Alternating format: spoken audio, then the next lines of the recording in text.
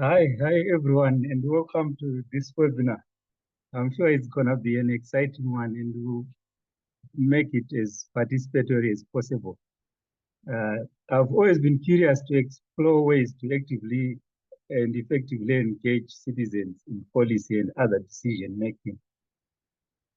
So, since the goal of development programs is to make people's lives better, it is only natural that individuals whose lives are affected would be involved in determining how to improve these lives.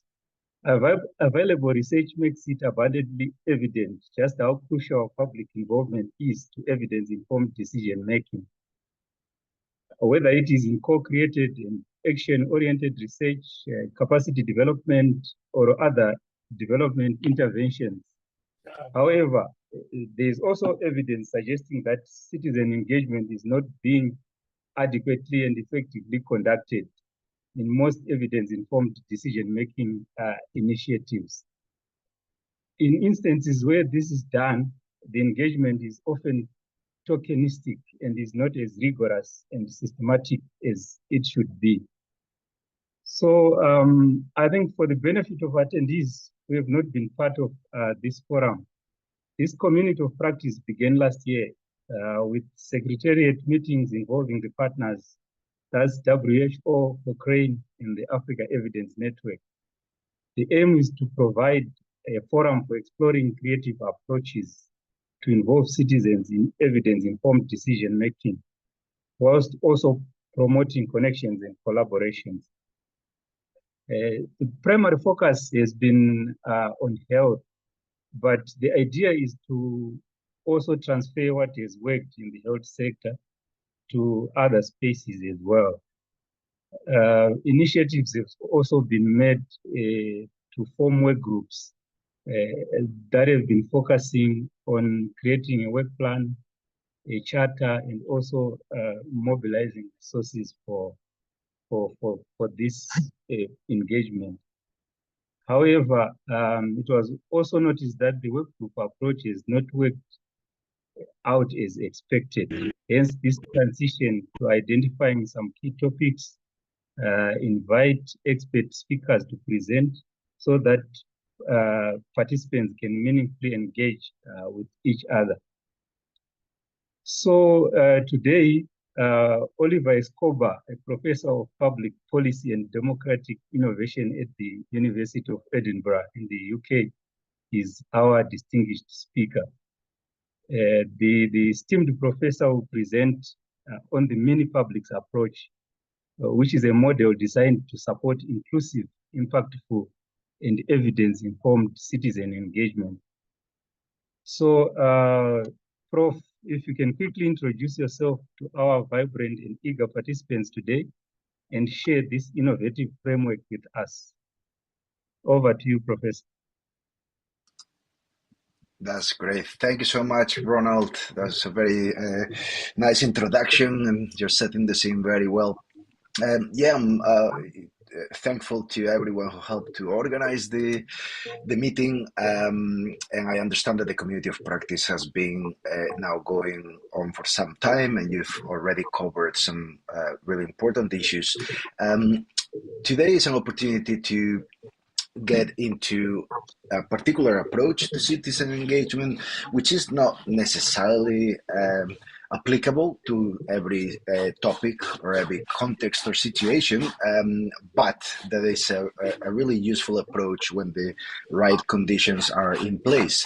So I will explain a little bit the how this works and what is the point of it, but I will also try to share some of the key questions that need to be asked to understand if this is an approach that is viable in a particular context.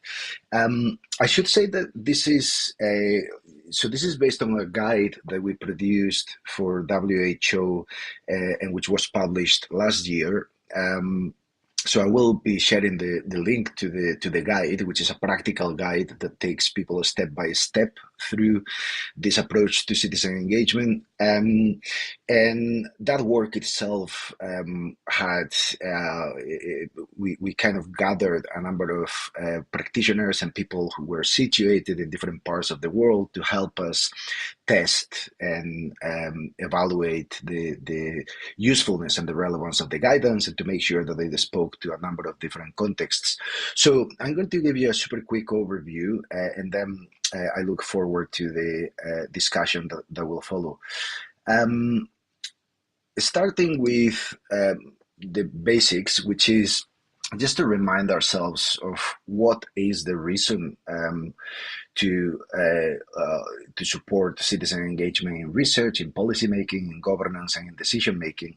And as Ronald says, I am a professor at the University of Edinburgh, but I come to this as well as a practitioner, having been involved in developing this kind of work, as well as other citizen engagement approaches over the last 15 years in a number of different local, regional, national, and international contexts. So we're not coming at this just from a research or academic perspective, but also with a practitioner orientation, trying to accommodate this area of work to the difficulties and the challenges on the ground that we find in the public health spaces, networks, and institutions that we work for or we work with. The case for citizen engagement has been made now for a very long time across different areas of work. In health is one of the areas where this field has developed most considerably, particularly in the last 50 years. So these things are not new, and now we have a strong evidence base to support the case for engagement. We know that we need to improve the legitimacy and the capacity of the work that we do in research as well as in policy action. We know that we are facing complex problems, challenges, and for that, in order to address that, we do need to try and mobilize a diversity of knowledges, experiences, forms of expertise, values, perspectives. Citizen engagement also can lead to better quality research and decision making, as well as better policy making more generally, because it can help to develop legitimacy to make difficult or ambitious decisions, to develop decisions that are more socially inclusive, decisions that are backed by well justified evidence and reasons. And there is also the fundamental aim of empowering citizens and communities.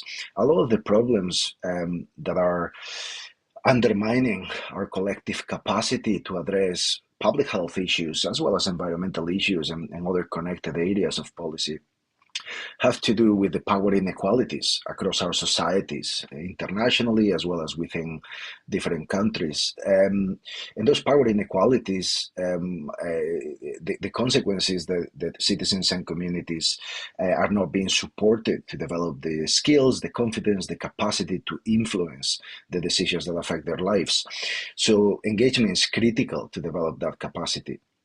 And then, of course, good citizen engagement can help to improve social cohesion, to enable new forms of solidarity across different population groups, and indeed to increase trust and collaboration within communities as well as between communities and institutions.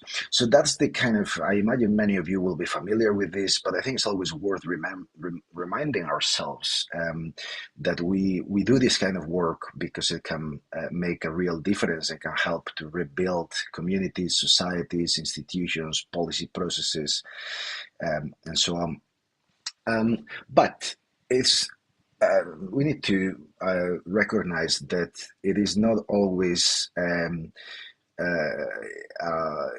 desirable to organize citizen engagement, and that sometimes this is used in manipulative ways, in ways that don't really advance these key agendas.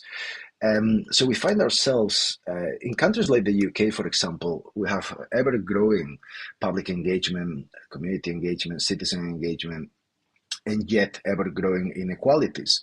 And that has a lot to do with forms of engagement that rely or over rely on shallow public consultation, as Ronald was saying, tokenistic engagement, symbolic, therapeutic, things that really are not helping to put people's priorities, needs, aspirations, and values at the driving seat.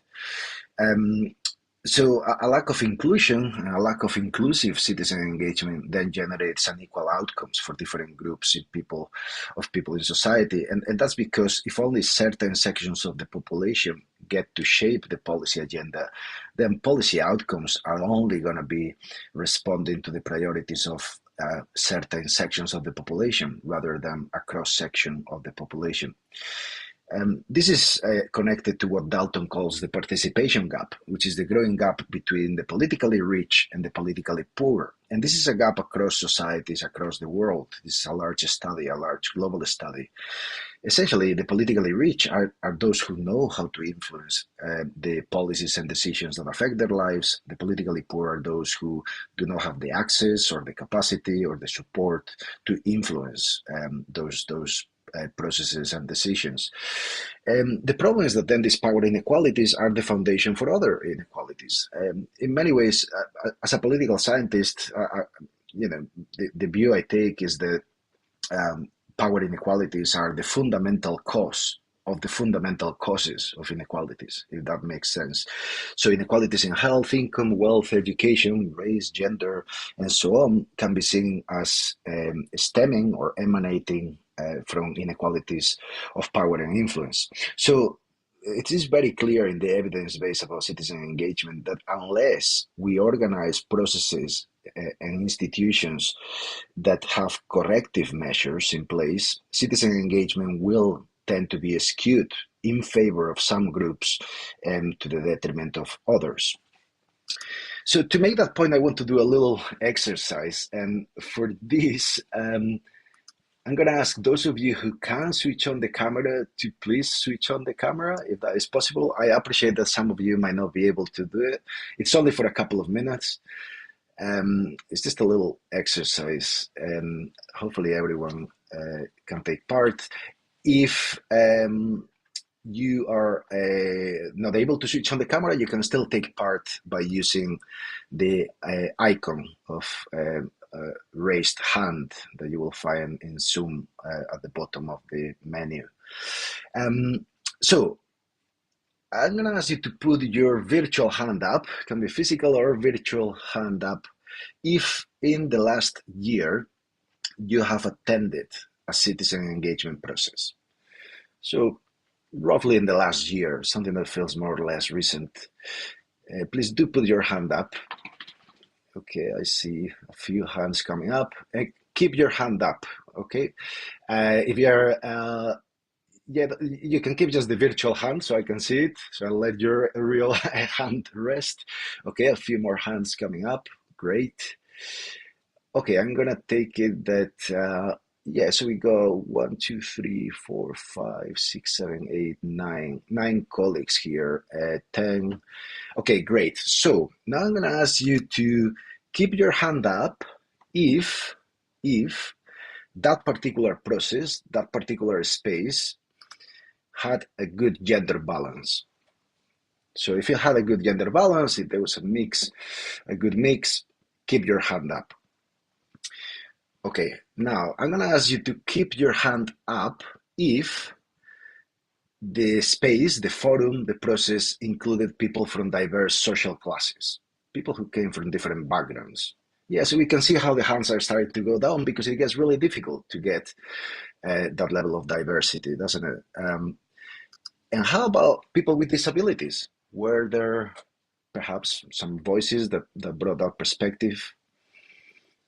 Okay, so we still have 3 hands up. So that's already a really nice indication of some spaces that were diverse in a good way. But let me test things a little bit further and make it a little bit more difficult. So keep your hand up if the process also had people with different perspectives on the topic. Because sometimes it's easy to bring together people who have a very similar perspective.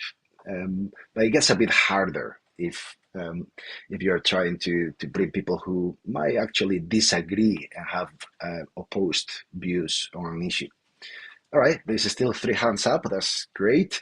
Let's see if the 3 hands stay, or the 2 hands stay once we apply the next test. Were there a range of ages? So people who were very young, people who were more senior, and people who were in between. If that was the case, keep your hand up. Okay, we got Ogejo, and sorry for pronouncing your name with my Scottish Spanish accent. You will tell me how to pronounce it maybe later in the discussion. Okay, oh, Edel has come back. Okay. So we still got a couple of people. So final test. Were there people who don't often participate in citizen engagement processes? Did you notice that there was someone there who, oh, this is the first time I come to something like this? Okay, so we started roughly with 10 or 11 colleagues, and we finished where we usually finish when we do this exercise, which is with one colleague who has been in a space that has that complex range of diversity, which is very difficult to accomplish in a public forum, in a citizen forum, in a patient forum, in a policymaker's space. It's genuinely difficult. So I'm going to thank Ogejo, and I'm going to come back to the presentation. Thank you for playing along and helping me make the point, because this is going to help to illustrate what is it that mini publics try to do, right? Because mini publics is an approach to citizen engagement where what you're trying to do is to get in the room or in the space, if it's online perhaps, or in the process, if it's something that goes over time, you're trying to get a group of people who represent a cross-section of the population. People who are young and people who are more senior, people who come from different backgrounds and social classes, perhaps different ethnic backgrounds, perhaps different characteristics such as disabilities, as well as a variety of perspectives, a variety of values, which sometimes might be in disagreement. So a mini public is a citizen forum that tries to include a cross-section of the population. How do we do that? Well, there's something that we know very well, which is that if you create a citizen forum that is open and you don't put in place any corrective measures, what will tend to happen is there will be a self-selection bias that will put forward people who happen to have the resources, the time, the confidence, perhaps the self-belief, to put themselves forward for that kind of open forum, for that kind of citizen engagement. But that is not something that most of the population will have. Those are skills and levels of confidence that are unequally distributed in society. So in a mini public, what we do is to use civic lottery, like if it was for jury duty. Essentially, lottery is blind. Lottery, anyone can be selected through lottery. And then alongside that, there are measures to support participation and to reduce the barriers. Sometimes it might be compensation if people are going to lose employment money, or perhaps they are single cadres and they need support looking after children or a relative or someone they look after. So you want to reduce the barriers so the single parents, cadres, people who are time poor, people who might be on a low income are not losing out because they are contributing to this citizen engagement process. So once you put together a lottery and measures to reduce those barriers, then you begin to have a cross-section of the population. And then, this is the final defining quality of a mini public, you create a space that helps to support evidence-informed deliberation, which is different from debate or dialogue. Deliberation is a difficult and challenging form of communication that expects people to justify their views, to try and learn about each other's views, to learn about existing evidence, to take those things into account as they develop an argument and a judgment about what should be done on a given topic, on a set of options, on a new service, on a new policy, whatever it might be. So these are the defining qualities of a mini public: selection through civic lottery, so you have a diversity of perspectives, then support to reduce barriers to participation, design of the process so that evidence-informed deliberation is possible, And then very careful facilitation. The role of facilitators is really important. The organizers, in some cases community organizers, in some cases policy officers. Facilitators can come from very different backgrounds, so that eventually that mini public produces a set of recommendations or policy considerations, in some cases decisions, that can help to advance policy, to make a decision, to design a public service, whatever the job that is given to them. That's how we define mini publics. Now, I want to highlight something important here in terms of how deliberation is different from debate, for example. In a debate, when people are debating, what you tend to have is people who are fixated on expressing positions.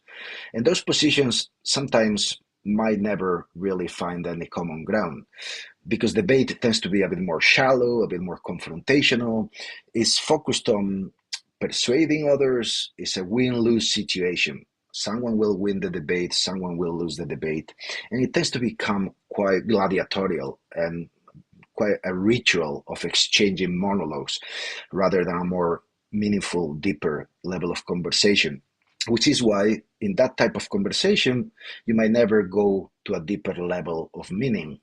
That's marked there as the visibility line. You stay with those positions, two positions that seem to have nothing in common, a win-lose situation, an exchange of arguments, at best, monologues, at worst. So deliberation is different because in deliberation, you create a space where people can dig deeper and have a conversation that moves underneath, beneath, superficial levels of positioning and into a space in which the conversation considers different interests, different values, different needs, different fears. Now, you can see there in the two pyramids, imagining that those are two people, for example, just to simplify. Underneath the visibility line, there is still plenty of difference. But there is also those smaller triangles, which are areas of commonality. We might be finding common ground in terms of shared fears or shared needs and aspirations, or in terms of shared interests. And we never imagined that we had those, but we had a conversation that was deep enough that we got there and got beyond what we thought were differences that were irreconcilable. Now, this pin diagram, this tool that I'm showing you here, is something that we use in conflict mediation to try and work with groups through difficult conversations and find enough common ground to produce something useful and meaningful and productive and to find ways forward. So this is what a mini public aims to do. It aims to take this group, which has that diversity through a cross-section of the population, through civic lottery and support for measures to reduce barriers to participation, and get them into a space where they are supported to engage in this deeper level of deliberation. So now I just want to introduce the guide. I'm heading towards the end of the presentation here. The guide is available. I will post the link as soon as I finish the presentation. When we developed the guide, this came on the back of some work that WHO had been doing before, and trying to map out different approaches. And it was considered that the mini publics approach, given its track record in other policy areas, given that it's becoming more popular as well at global level. For example, we have a global climate assembly that is essentially a global mini public, and there have been well over 2,000 cases of mini publics across the world. It felt useful to try and take the lessons from that evidence, that learning, and turn it into a guide for mini publics in the space of health, public health, and related policy areas. Although the guide is arguably potentially helpful for practitioners in other policy areas too. As hopefully by now you have seen or you begin to see why is it that mini publics have certain qualities that are quite desirable in a citizen engagement process. It has the diversity, it has the focus on evidence-informed deliberation, it has an emphasis on creating conditions where that kind of work is possible.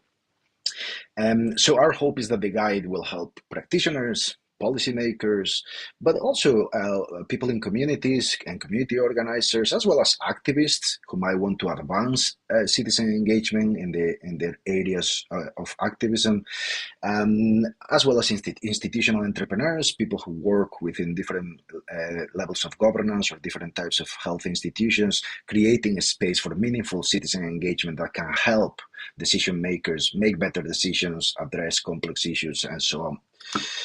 So this is just a quick overview of the guide.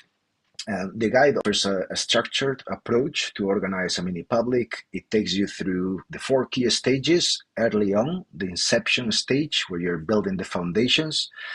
It takes you through the preparation stage, where, well, I should say about the inception stage that the inception stage is really important because that's where you check if the context is right, if the authorizing environment is right, if the different partners and collaborators that will be required for the project to succeed, if those are there and they are, and you can build an alliance that will sustain the project. So Inception is about discussing, this part of the guide is about discussing the initial steps to organize a mini public, to assess whether it is viable, to form a project team, and to develop a project network that will sustain the project. Then comes the preparation stage, which is all about getting ready. And this covers how you set up the governance of this type of process, for example, which is a really important part because the governance of a mini public is what guarantees that it is a balanced space, that it is a space that has credibility, that it is designed as an inclusive space, that the evidence that is being presented is balanced and helpful and credible, all those kind of things. So the governance is really, really important. Then comes the deliberation stage. By then, you will have recruited participants, you will have decided what is the job that the mini public is getting, what is the task. All of that is done in collaboration with the governance body. Sometimes we call it a stewarding group. And then comes the deliberation process itself, running the mini public. This is when people are brought together, when people get to examine evidence, to discuss with each other, deliberate, bring to the table their values, their perspectives, consider the range of arguments that are being presented to them, the range of options available, and then head towards reaching conclusions. Sometimes those conclusions might be policy considerations, sometimes it might be recommendations, in some cases it might be decisions. So it depends on the level of power sharing that is taking place between the hosting institution and the mini public. And then finally, the guide covers the influence stage, which is about how to make sure that the mini public has the influence it deserves, that it fits into the right places, into the right stages of the policy process, or into the right institutional spaces, or civil society spaces in some cases as well, depending on the topic. So that's what the guide covers. Crucially, the guide also tells you when not to do a mini public, because this is just as important. This is not something that, mini publics are highly flexible and versatile, and they can be efficient in very different situations in all kinds of topics.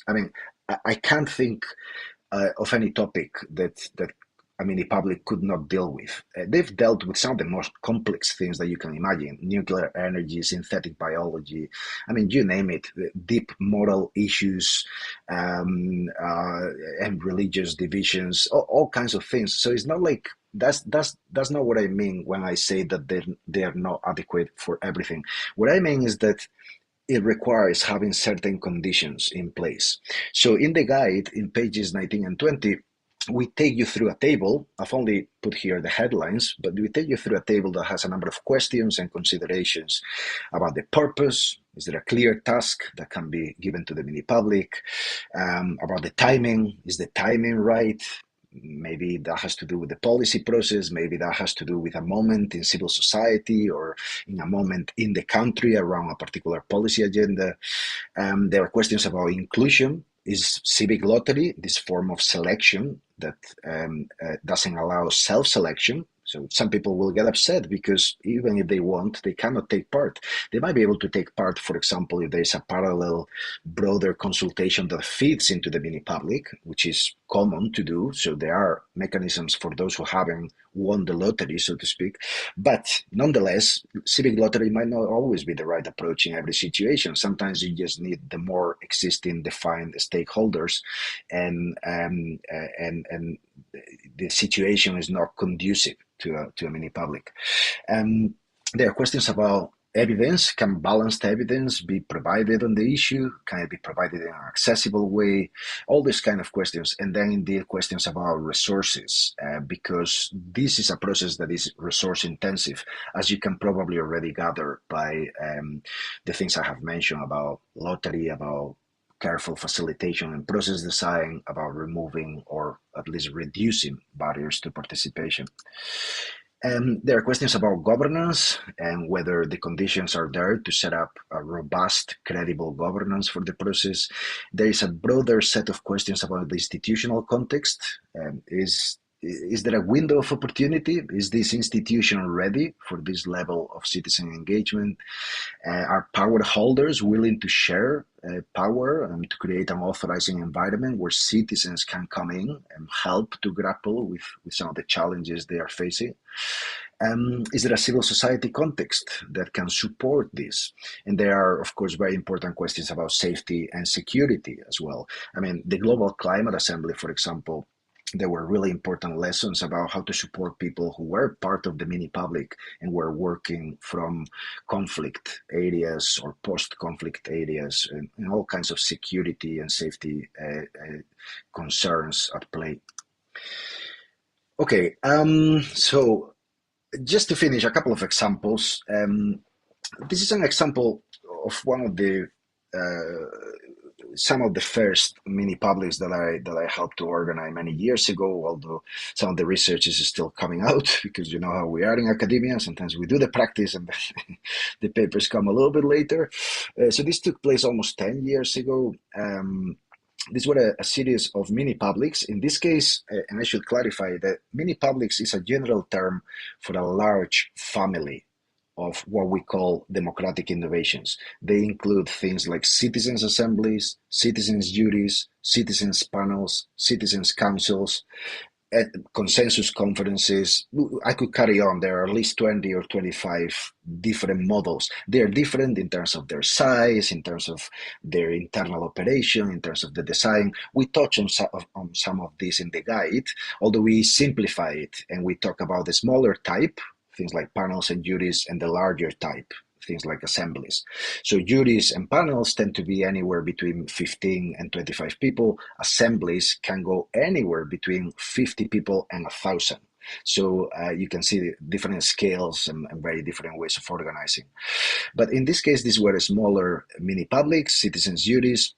And the reason we organized these 3 juries was because we were in a situation where in the UK, policymakers kept telling public health researchers that the evidence they were providing was quite clear, that upstream engagement, upstream policies were more effective than downstream policies to tackle health inequalities. Upstream policies are, for example, to do with the labor market, with housing policy and housing conditions, with large-scale regulation of advertisement, all these kind of upstream, large-scale issues. And then downstream approaches have more to do with questions of lifestyle and diet and so on, right? And all are important, but policymakers in the UK tend to pay more attention to downstream approaches. And so health researchers in the UK kept asking, so what is it going to take? Why are you not paying attention to upstream policies, larger scale policies on those other issues that are so important for health inequalities? And policymakers kept saying, well, because the public will not want to do that. The public is not going to come along with those more ambitious policies.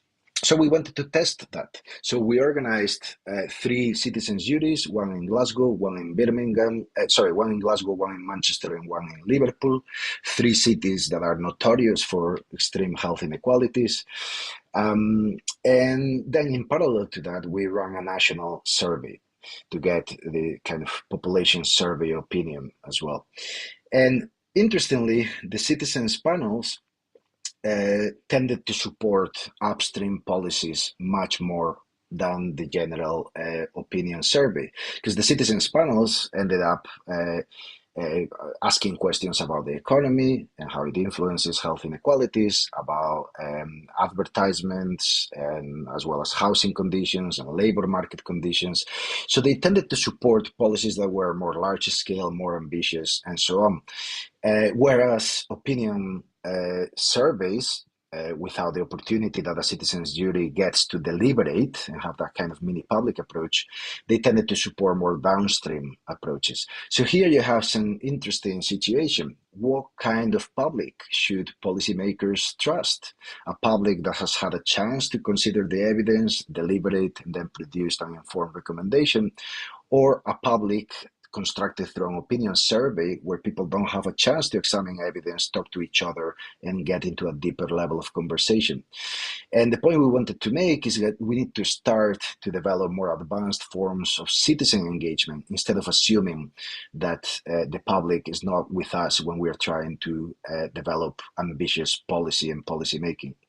And just one more example, and this has happened quite recently in Scotland. In the Scottish Parliament, we are in the process of institutionalizing citizens' panels to help with parliamentary committee work and scrutiny. One of the most recent ones was on drugs harm, which is a very difficult topic in Scotland and a key priority for the government. So here you can see in the picture the mini public, the citizens panel that was dealing with this issue, deliberating on the issue, producing recommendations for the parliamentary committee, and of course pushing for bold action, as these many publics tend to do, and now expecting, perhaps hoping, that formal decision makers will take their work seriously and make it count, which sometimes is one of the weaknesses of these processes. They don't necessarily have the power to make things happen.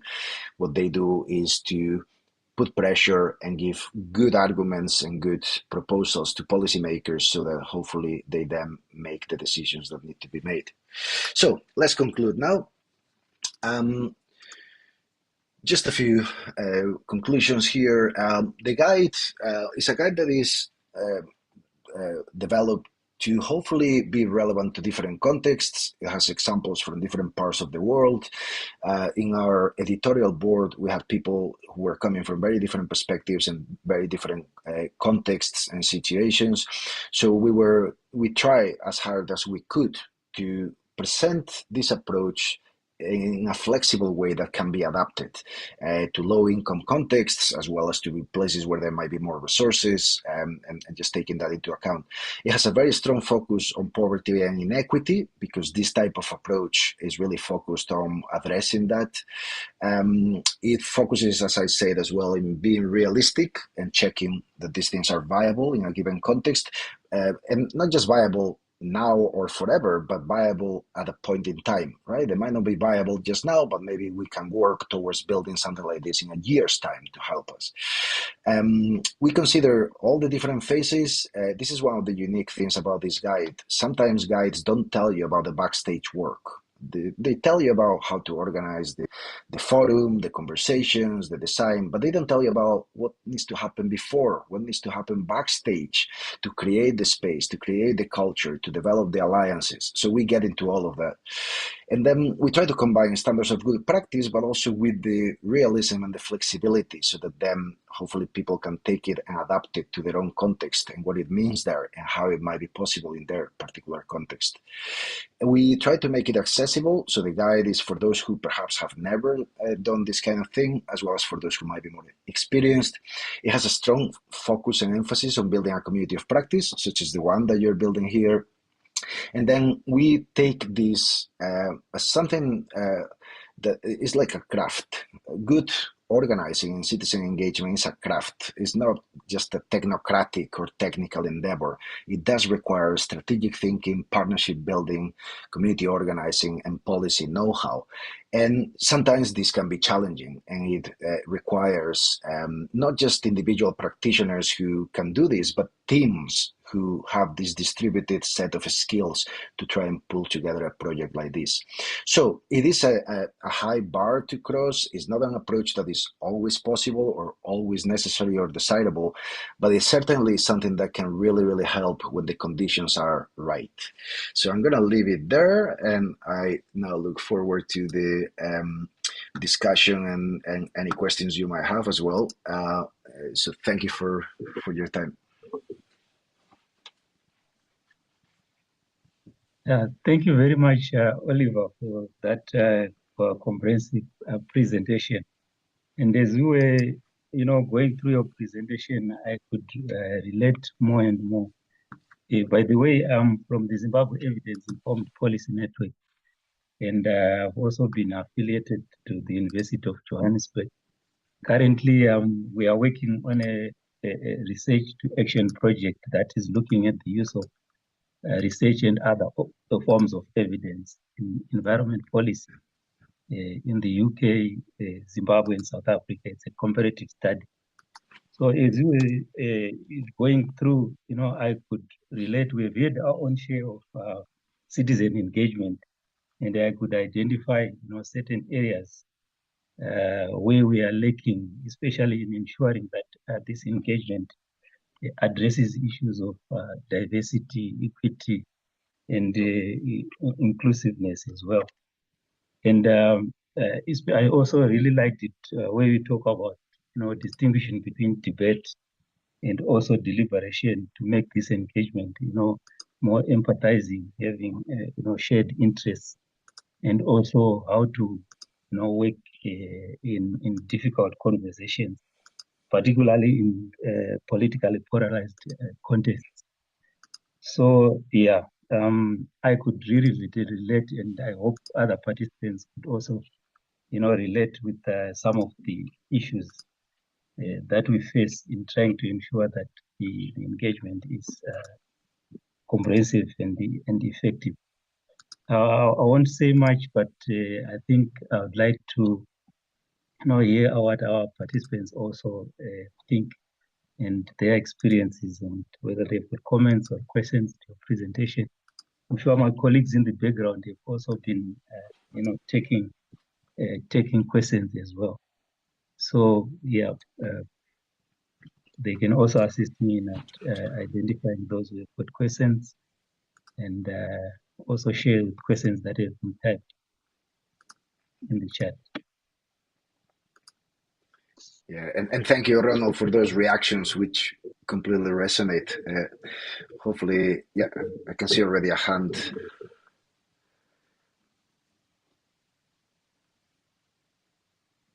I think Barbara wants to come in. Hi, yeah, Oliver, this is brilliant work. I'm just wondering how much it costs. I mean, you've talked about it's an investment in terms of time, but can't ask people to get involved with our research these days without investing in them as well. And this is not just paying them for their time, but also the transport access needs, and supporting people who are excluded. If we're actually looking to reach the people that are not able to access us in the first place, there's a lot of money that's needed to actually go there and meet people where they are, rather than expecting them to come to us. Have you got examples like in the study that you talked about, the inequality study? Rough idea of the cost of that? Yeah. So that's. I was gonna say that's the £1,000,000 question, but that's too much of a pun for this time in the afternoon in Scotland. Anyway, as you can imagine, we got that question all the time when we were developing the guide, and especially from colleagues who were on the editorial board and and wanted to get a sense, how does this look like from different perspectives, right? From low, middle, and high income contexts.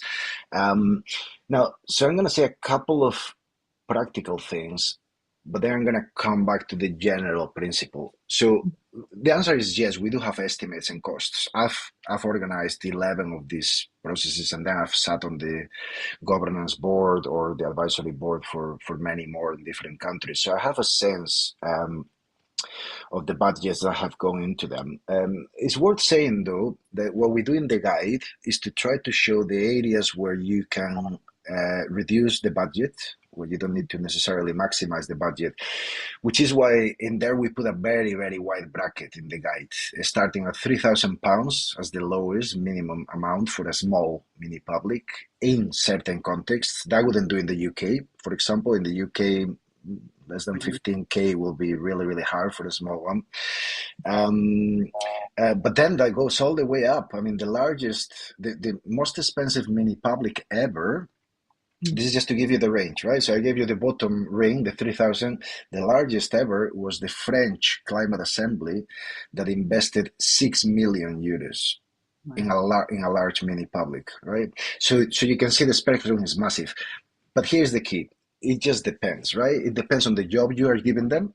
How long is it going to take them to do it? Can they do it in a couple of weekends? That's different from, okay, we're going to need, 8 weekends over a year. So that the logistics change completely. So it's proportionate to the task they get. It's proportionate to the size of the mini public. Now, the beauty of mini publics is that size is not the main thing, right? Because a jury, the basis of a jury is that diversity will bring to the table the range of arguments. So it's not a numbers game, it's a qualitative arguments and perspectives game. But of course, sometimes in high profile, large scale, national issues, sometimes you do need an assembly type, which is much, much larger. There are other variables. If you're working on national level, if you're bringing people together in some area that is accessible, maybe the capital of the country, that of course is going to increase cost. If you do it digitally, that cost is less. The Scottish Climate Assembly, for example, was fully digital because it was during the pandemic and it worked very well in that sense. There were concerns, but actually the digital infrastructure was not the issue. Of course, some people had to be supported with it. Some people had never touched a computer. They had to be given the hardware and coached and trained to be able to use it. This is one of my favorite stories of the Scottish Climate Assembly. There was this 82-year-old blacksmith, a man who was retired and who had never touched a computer. By the end of the assembly, he was one of the main contributors, absolutely on the money with his new tablet and so on, right? So there's a lot of kind of building skills along the way, but that does require the support and the resource. Sometimes if you're doing something local, for example, our mini publics in Liverpool, Manchester, and Glasgow, they were local, so that reduces transport and accommodation costs. So there are all these different variables, you see. And that's how the bracket can get higher or lower. What the money that you compensate people with is very different in different places. I think the Global Assembly, I can't remember how much they gave, but it was the same amount. In some places that was a lot, in some places that was very little. But so it changes. But here's the general principle that I wanted to put to the group. Price, and this is what I tell ministers and politicians and senior civil servants all the time. Price is obviously important, but I think the conversation that is more important is about value. Now, value is the ratio between purpose and price. If the purpose of the process is minimal, is symbolic, is public relations rather than public engagement, then don't spend that much money on this, right? If the purpose is really meaningful, look, we've been stuck on this situation. We haven't been able to examine the evidence on this new medical treatment, or we are struggling to develop this new public health program in this region, or high stakes issues that really, really matter, that existing mechanisms cannot solve, where money is being wasted perhaps because there are delays, because budgets are being held that could be playing a role on the ground. When the stakes are high and the purpose is key and meaningful, then all of a sudden the price doesn't look so bad, because you might have been spending that money on a commission or a public inquiry or a group of experts. Well, just as a quick note, in the UK, the COVID inquiry, which is ongoing and has been ongoing now for a long time, this is a different format. It's not citizen engagement. It's expert-led, more elite-driven. Although of course it takes evidence from all kinds of people. But just as an example, right? The French Assembly that I mentioned seemed expensive, with 6 or 7 million euros. The public inquiry on COVID in the UK is now well over 200 million pounds spent, and not a single report produced yet. Well, there were some interim reports, to be fair, but this is just to place things in context, right? That we need to place this in the context of how we are spending sometimes this kind of money on other types of bodies that arguably might not be as good as a citizen-led body of this type. So it's all those contextual things. Yes, they can be expensive, but only when you think of them in isolation. In context, in the right context, for the right purpose, if it helps to make a difficult decision, to advance a program, to get over a blockage, to build consensus on an area that was paralyzing action, then all of a sudden it doesn't look so expensive. Yeah, brilliant. Because I mean, I'm a complete and absolute advocate for spending money and investing in this area, but we need to talk about it so that people know getting themselves in for. We need to talk about it up front. We can't just do this. We can't expect people to turn up. We need to invest in making sure that they're able to participate and that they're valued for participating. So yeah, it's a conversation that needs to happen. Yeah. And I love your comparisons with the COVID inquiry. That's brilliant. But the problem is that because they've spent the 200 million, they don't want to spend another 600,000 on something that actually work, and it's just. Yeah. That's the context of some of the governance systems that we have built. Mini publics are part of this broader field of democratic innovation, governance innovation, where we're trying to reimagine how could we do governance and the governance of public health and other policy areas in a different way that places citizens more at the center, still in collaboration with all kinds of stakeholders. That's worth saying. It's not like, some people, sometimes in the past there have been reactions, for example, from civil society groups or even advocacy groups, thinking, okay, this is just a way of displacing us. But not quite, because these groups still get to come and present evidence to the mini public. So they still get to bring the evidence, the arguments, to make their case. It's just that the mini public sits there as a more impartial arbiter that actually takes a look across the board. And I always tell advocates the same. Yeah. Sorry to cut you short, Oliver, but yep. Yeah, I just want us to give an opportunity. Of course. Sorry about that. I thought because I didn't see any hands, Ronald, I thought I'll carry on. But yeah, please, back to the chair. No, that's fine. That's okay. You can always carry forward the conversations with Cobra later. Yeah, but I just wanted to ask if there are any, questions on the chat that our participants may have shared. No one has posted a question in the chat, Ronald. I would suggest if people would like to share their questions or comments, maybe we can do a round, and then Oliver reacts to all the questions and comments in one go, because we don't have that much time left. Sure. So would anyone like to raise a question or comment?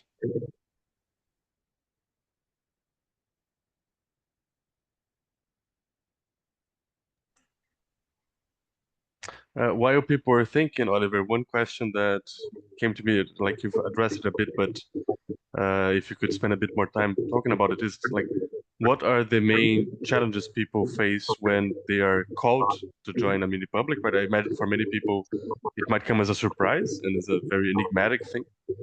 And then how to address this challenge to allow them to have meaningful participation, right? I imagine for some people, and it would be great to hear from your experience, like if there are people that end up being called but not, or maybe even, of course, not join. I imagine some people just can't join, but also people that join but just feel lost there and are not able to really contribute. Yeah, so there are more or less straightforward answers to that. And one is that most people still don't know about these things, right? It's just, it remains unusual. There have been thousands of them, but thousands of them over a period of 40 years is not that much across the entire world, right? So for most, it does come as a surprise. They have never heard of it. So what we have learned over the years is that it's really important how they are going to be approached. And there are different strategies for the recruitment. In Scotland, for example, we tend to do randomly selected addresses to which letters are sent. But of course, that can exclude homeless people, people who are floating between addresses, potentially migrants. So what we tend to do is to then complement that with a specific sampling on those groups. Sometimes if it's something that is more local, you can do on-street recruitment and you still randomize it by approaching every third person, for example, so the recruiter bias doesn't kick in. So there are different, in the guide we explore different ways of randomizing, and which can be a challenge. And then your second question, yes, sometimes the first person you approach who has certain characteristics, for example, you know that you want to have the voice of single mothers who face a number of challenges, and that's a group that, because of their own circumstances, might find it really hard to engage with this. So you always have substitutes, and of course, no one can speak for anyone else in that sense, these people, but at least they bring a perspective from a particular position in society. And the expectation is not that, a group of single mothers who end up in the mini public are going to speak for every single mother. It's not that, but it's about bringing that lived experience, having at least that kind of perspective that then helps to interrogate the evidence and ask further questions of the people who come over, considering things that someone who doesn't have that lived experience may not ask. So it's not perfect, but certainly it's better than a lot of forums where a lot of perspectives are not included in any way. And our experience is, if the first person who is on the list doesn't accept, usually the second person, the substitute, tends to accept. That depends a lot as well on how you are making an effort to reduce the barriers. Sometimes people come because, and this is, some people don't like this, but some people come for the money, you see? Now, it's very easy to say, oh, they shouldn't. They should do it out of civic duty. They should. Well, that is a very privileged position to be in, right? I always say, look, if you're coming for the money, good on you, because you come for the money as long as we know that then they stay for the purpose. But the money is what brought them through the door. And then they saw the point of it. They felt valued. They felt their perspective mattered. They saw the space and they felt, you know what, I can take part in this. And precisely those people who might not have other motivation, but just coming because, oh, this is going to support me a little bit, this little bit of money I'm going to get. That's a perfectly reasonable reason. Actually, a really good one. These are the people you wouldn't get otherwise. And this is why sometimes we don't get certain perspectives. So yeah, but the convening institution also matters. What's on the letter or what's on the phone call or how you present it. If it's a letter, how much mail junk we get these days, right? People don't even check.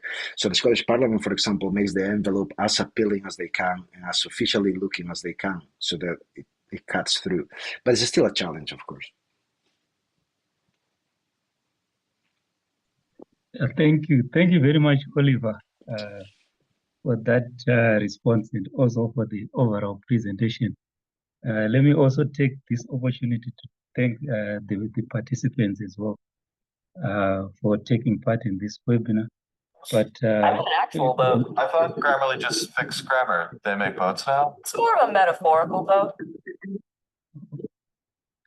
Okay. Apologies for that. Sorry, Ronald. I think there were two hands. I think Ahmed and Edel had their hands up. If I don't mind staying a few minutes, if you're. That's fine. Thanks. Thank you. If there's time, I have a question to ask. Only if there's time. Yeah. Okay.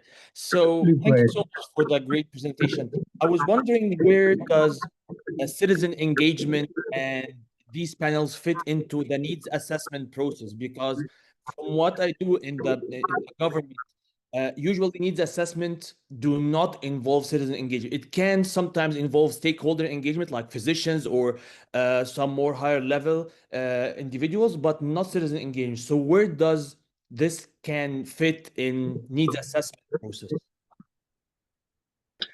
Yeah, I'll be very fast because I want to hear from Edel as well. So this is where you have the expertise and I don't, because I don't know that area very well. But what I do know is that these things are very flexible and adaptable. And in the UK, for example, for many years, the National Institute for Clinical I can't remember the full name. It's called NICE, N-I-C-E. For many, many years, they use citizens panels as part of their normal processes to assess all kinds of medications. And so these things are highly versatile and can be placed at different points of a particular process. So, but I don't have the sort of institutional and specific knowledge to see if this could work, but it sounds to me like you have that knowledge. You might be able to check the guide and see if this could be a good fit. Can we hear from Edel, Ronald? Is that okay? I'll promise I'll be very brief. Thank you very much. I'll be quick. Guide is excellent. Examples are very good. Briefly, where are the decisions made? Are they made by the people in the mini publics? Are their opinions taken, and do the original people still make the decisions? So that's my question. Yeah, so this is where it depends on the level of power sharing. Some of them are just, there's this spectrum of engagement that sometimes is from consultation to empowerment with all different kind of levels in between. Mini publics have been used across the full site. Sometimes it's just a consultation and that's the level of power that is being shared. There have been mini publics that are more empowered, that actually can make decisions that then are put to the rest of the population through a referendum, for example, like in Ireland on repealing the Eighth Amendment on abortion, for example, right? So it covers the full spectrum. So it depends on the case. Usually it does kind of, it produces recommendations based on the deliberations, justified according to the arguments and the evidence that has been examined and so on. That doesn't mean that everyone in the mini public supports them. Usually we reflect the level. There might be a majority statement or majority decision, a minority one. And then that is handed over to the hosting institution, because then there are checks and balances. Sometimes it might be a government or a public agency or a parliament, or indeed might go to a public referendum. So there are different checks and balances. No single body in a democracy or in a governance system can be given all the power. So this is always placed in a context, but the level of power will depend on the type of process. Thank you, Oliver, and thank you everyone for the enthusiasm. Let's keep this conversation going. I'm sure Oliver would be more than happy to respond to any other questions that you may have. And I would like to ask either Davy or Veronica to just share the next steps and agenda for the next meeting, and either Gloria or Sizwe to thank the participants and close the web.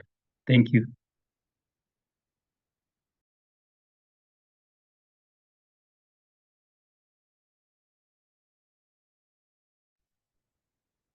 Either Davy or Veronica to share the next steps and agenda, please, for the next meeting. Thank you, Ronald. Maybe I can come in there. Thank you very much for facilitating the meeting. So the next step for the next meeting, I think we're having our next meeting, I think on the 6th of August, 2025, same time. We are going to do the same. We'll have a capacity building segment like we've done today. We'll find a speaker that will speak to a particular topic and have the question and answer session, because we can see the interest that our participants are having in this topic, just to make sure that we tease out some of the issues relating to this. So we will communicate with all our participants on the final agenda and program for our next meeting. So thank you very much, everyone, for joining us and really participating in this meeting. And then I will just go to maybe Oliver. Thank you so much for taking time to be our speaker today. It was really insightful, and we are excited to sort of continue these conversations. And then from our side as well, we'll sort of share the recording and some notes that came out of this discussion. So look out for that as well. So thank you so much, everyone, for participating. Thank you very much for the Secretariat for putting all of this together. And we appreciate the support and your contribution in trying to build this community of practice. So thank you very much. Let's see each other in 2 months. Thank you very much.